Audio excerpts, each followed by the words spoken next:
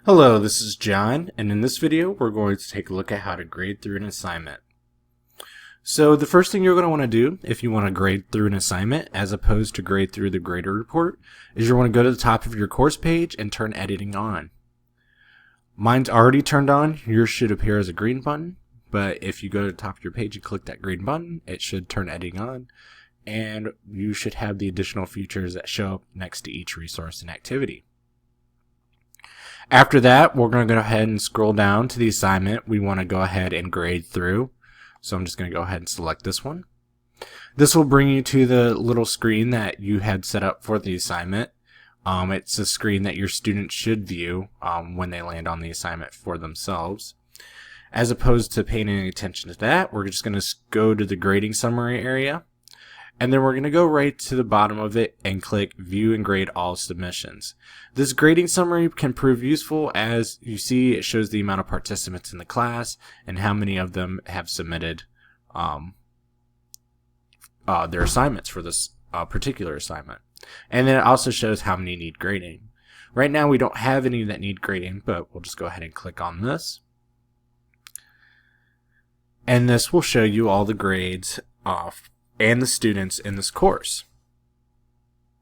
So in order to grade through an assignment such as on this page right here, all we have to simply do is click on the little pencil where it says grade on the student's little bar there. And this will take us to the screen where we can go through, list the grade. Obviously the grade is going to be out of 10 as we have it set up that way in our assignment settings. We'll go ahead and put the grade there. And we can leave feedback if we want to. You're more than welcome to also put a rubric or something in there, as this is similar to a lot of the field boxes we see in the assignment and resources. And you can even choose to notify the students. After you're all done with your adjustments, you can go ahead and save the changes, and this will take you back to the screen, and it should have all your little settings saved on there, what you've entered for that student. If you need to update a grade, there's two ways to go about this. We can either click on this pencil here, and this will take us to the page like we saw above, where we can make adjustments, change the feedback, make adjustments to the grade, and just simply change the grade that way. We can also use the little drop-down menu that appears next to the edit in the edit column. This will allow us to update the grades too.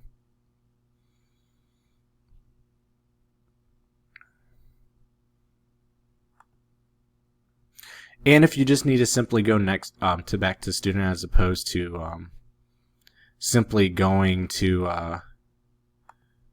the assignment grade view, we could simply just go on here and grade.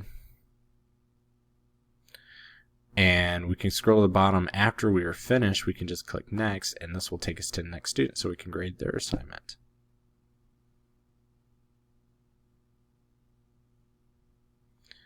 So if we go ahead and go back to the grade view, there's some additional options we have here. One option we have is to not allow the students to make changes to their submissions. So this is kind of important if you only want your students to submit really one document one time as opposed to resubmitting documents, or if you just want to prevent multiple submissions.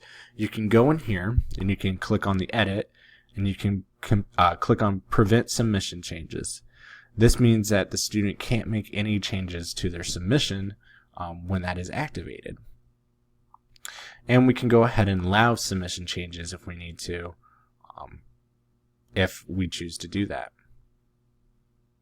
Now, if we want to lock the submissions for multiple students, all we have to do is go over here and click on the little checkbox. If you want to do it to all the students, all you have to do is go to the top and click that little checkbox. Then we can scroll to the bottom, and right here, we can change with their submissions. So we can either lock their submissions or unlock them. We'll go ahead and leave them locked. But if you want to unlock them, you can just highlight the ones you want and then come down to this drop down menu and select unlock, and this will unlock the submissions.